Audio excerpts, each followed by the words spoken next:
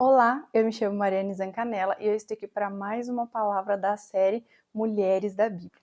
No vídeo de hoje nós vamos falar sobre Sara, a matriarca do povo escolhido de Deus. Sara foi a esposa de Abraão, aquele a quem Deus escolheu para ser o patriarca do povo de Deus, o povo de Israel, o seu povo escolhido. Deus o chamou para uma aliança que continha uma promessa maravilhosa de que a partir dele, de toda a sua descendência, todos os povos da terra seriam grandemente abençoados. E nós vemos isso em Gênesis, capítulo 12, versículo 2 e 3, que diz assim: E far-te-ei uma grande nação, e abençoar-te-ei, e engrandecerei o teu nome, e tu serás uma bênção. Em ti serão benditas todas as famílias da terra. Em Gênesis capítulo 13, versículo 16, na Nova Tradução na linguagem de hoje: Farei com que os seus descendentes sejam tantos como o pó da terra. Assim como ninguém pode contar os grãozinhos de pó, assim também não será possível contar os seus descendentes. Todos os que têm fé em Jesus são considerados descendentes de Abraão. E nós vemos isso em Romanos, capítulo 4, versículo 16 e 17. Porque Abraão é pai de todos nós, como está escrito: por pai de muitas nações te constituí. Então, se somos filhos de Deus, também somos filhos dessa promessa feita por intermédio da vida de Sara e Abraão, os nossos pais da fé. Gálatas, capítulo 4, 28, fala sobre isso. Mas nós, irmãos, somos filhos da promessa como Isaac. Que coisa mais linda e extraordinária essa verdade. Olhando para a vida de Sara, nós vemos, em primeiro lugar, uma característica muito linda dela, que é inspiração para nós, que ela é um exemplo de esposa. Por quê? Ela era muito companheira de Abraão. Nós vemos que Abraão fala: sai da tua terra, da tua parentela, para a terra que eu te mostrarei. Então, diante de uma promessa que Deus fez para esse casal, Deus deu essa direção para o marido dela e ela acompanhou, confiando que Deus sabia o que estava fazendo, mesmo sabendo que ela não sabia onde ia morar, para onde exatamente eles estavam indo, mas ainda assim ela decidiu confiar no Senhor e foi uma companheira que incentivou o seu companheiro, o seu marido, a viver o que o Senhor havia reservado para a vida deles. Então ela incentivou, ela foi parceira. E ela também é um exemplo de uma mulher submissa, e nós vemos isso na Bíblia, na passagem de 1 Pedro, capítulo 3, versículo 5 ao 6, que diz assim: Pois era assim que também costumava adornar-se as santas mulheres do passado, cuja esperança estava em Deus. Elas se sujeitavam cada uma a seu marido, como Sara, que obedecia a Abraão e o chamava Senhor.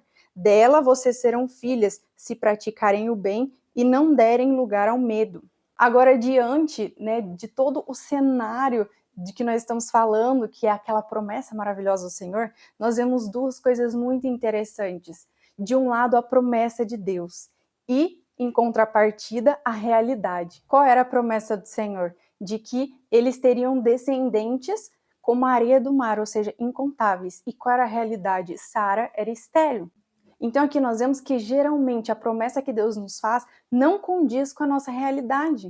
Mas nós precisamos confiar que se Deus nos fez uma promessa, Ele se compromete em realizar. Então a partir disso Deus promete a Abraão que apesar da esterilidade de Sara, ele operaria um milagre e daria a eles um filho e ele teria uma posteridade como as estrelas do céu. E ele creu nisso de todo o seu coração. Só que depois disso, o que acontece? Sara começa a ver o tempo passando e a promessa de Deus não se cumprindo. Então ela pensa: opa, eu vou dar uma ajudinha para Deus. E ela fala para sua serva Agar se deitar com seu marido e eles têm um filho chamado Ismael.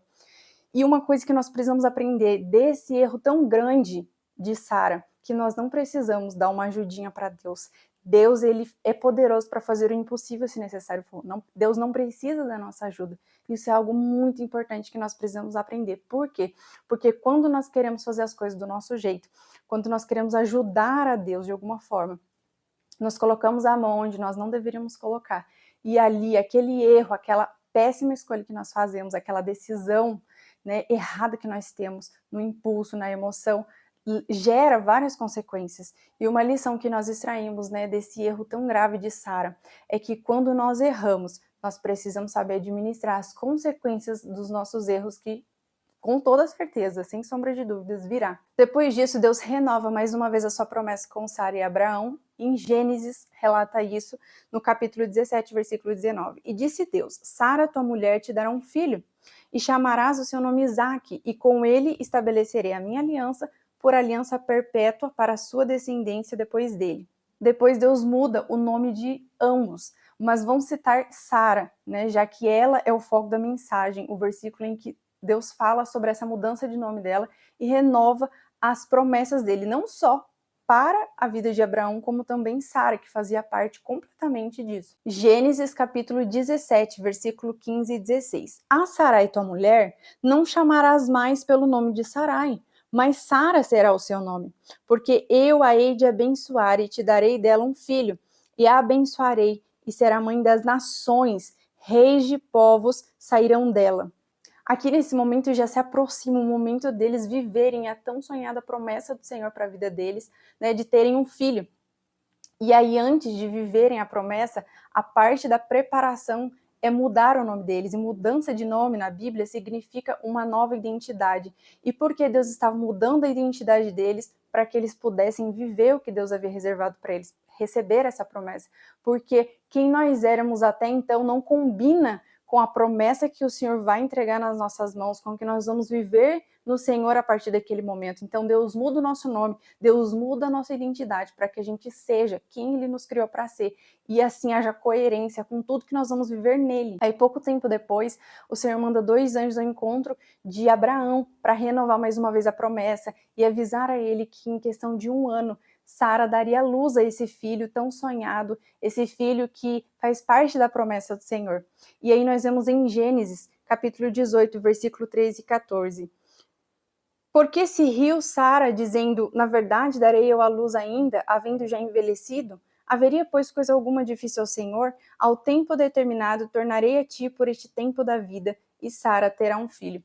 Porque no contexto dessa mensagem, Sara ouviu, né, Deus falando através da vida dos anjos com Abraão de que em breve iria acontecer, e ela deu risada, ela duvidou, porque ela pensou, parece piada. Ela chegou a dizer assim, nossa, mas nós já somos velhos, eu não tenho nem prazer sexual mais com meu marido, como que nós vamos ter um filho, gerar um filho?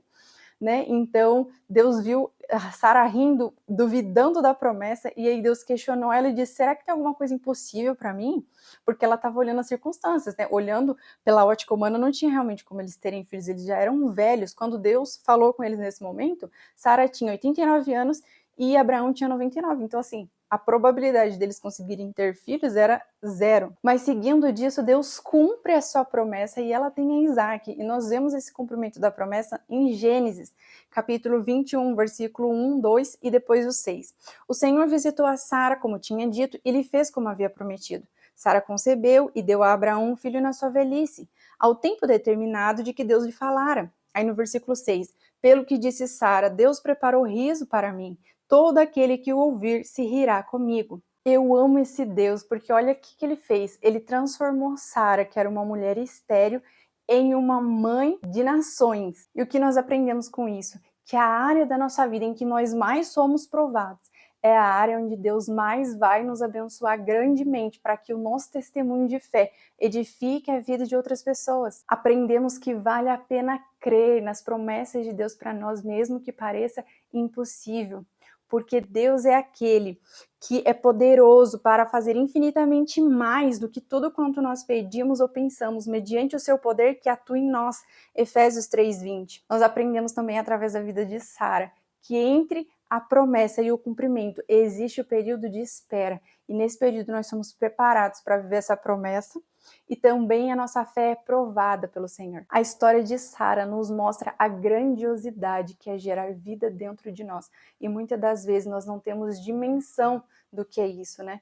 E hoje em dia, né, estão querendo legalizar inclusive o aborto, que para mim é um absurdo. E para Deus nem se fale, Deus abomina isso, porque nós precisamos compreender que quando nós matamos uma vida, um bebê, nós não estamos matando um serzinho, uma pessoinha apenas, mas nós estamos matando inúmeras pessoas, porque nós estamos acabando com gerações e descendências que viriam a partir daquele bebê. Então, nós precisamos abominar o que Deus abomina. E nós vemos a grandiosidade do que é gerar uma vida dentro de nós. Porque a partir de Sara, Deus gerou Isaac. E eu acho tão extraordinário um versículo da Bíblia, onde Deus se revela, né? Ele fala quem ele é, e ele diz o seguinte, Êxodo 3:6, eu sou o Deus de Abraão, o Deus de Isaac e o Deus de Jacó. Ou seja, Deus se revela como o Deus do marido dela, o Deus do filho dela e o Deus do neto dela.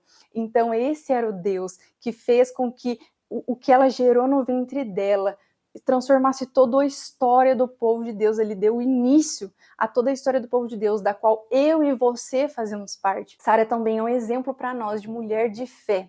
Por mais que a gente lembre daquele episódio onde ela escuta, né, os anjos falando para Abraão que em breve eles teriam um filho, e ela dá risada. Por que ela dá risada? Porque ela duvida, porque parece uma piada. Por mais que ela duvidou inicialmente, ela demonstrou depois disso que ela realmente creu e teve fé nessa promessa. Por quê? Porque depois ela gerou a vida de Isaac. E isso demonstra que o quê? Ela fez a parte dela, né? Ela teve relações com seu marido, apesar da velhice, crendo que Deus iria fazer a parte dele. Então ela pensou, eu faço a minha parte para que Deus faça a dele, e assim aconteceu. Então a atitude dela de fazer a parte dela, a parte que cabia a ela, foi muito importante, demonstra a fé dela. E nós vemos ela sendo citada como exemplo de fé em Hebreus, capítulo 11, versículo 11 e 12. Pela fé, também a mesma Sara recebeu a virtude de conceber e deu à luz já fora da idade, porquanto teve por fiel aquele que lhe tinha prometido. Por isso também de um, e esse já amortecido, descenderam tantos em multidão, como as estrelas do céu e como a areia inumerável que está na praia do mar. A história de Sara nos toca profundamente, não só nós mulheres, mas os homens também, todos nós irmãos em Cristo, porque nós somos a representação de uma promessa cumprida que Deus fez para Sara há tantos anos atrás, e nós estamos aqui hoje, né, representando o cumprimento dessa promessa que o Senhor fez para ela e fazendo parte do povo escolhido de Deus. Eu espero que essa palavra tenha te abençoado. Se você ainda não é inscrito, se inscreva nesse canal para nós continuarmos nesse estudo da palavra de Deus, onde nós somos grandemente edificados. Que Deus abençoe a sua vida, um grande abraço e até o próximo vídeo.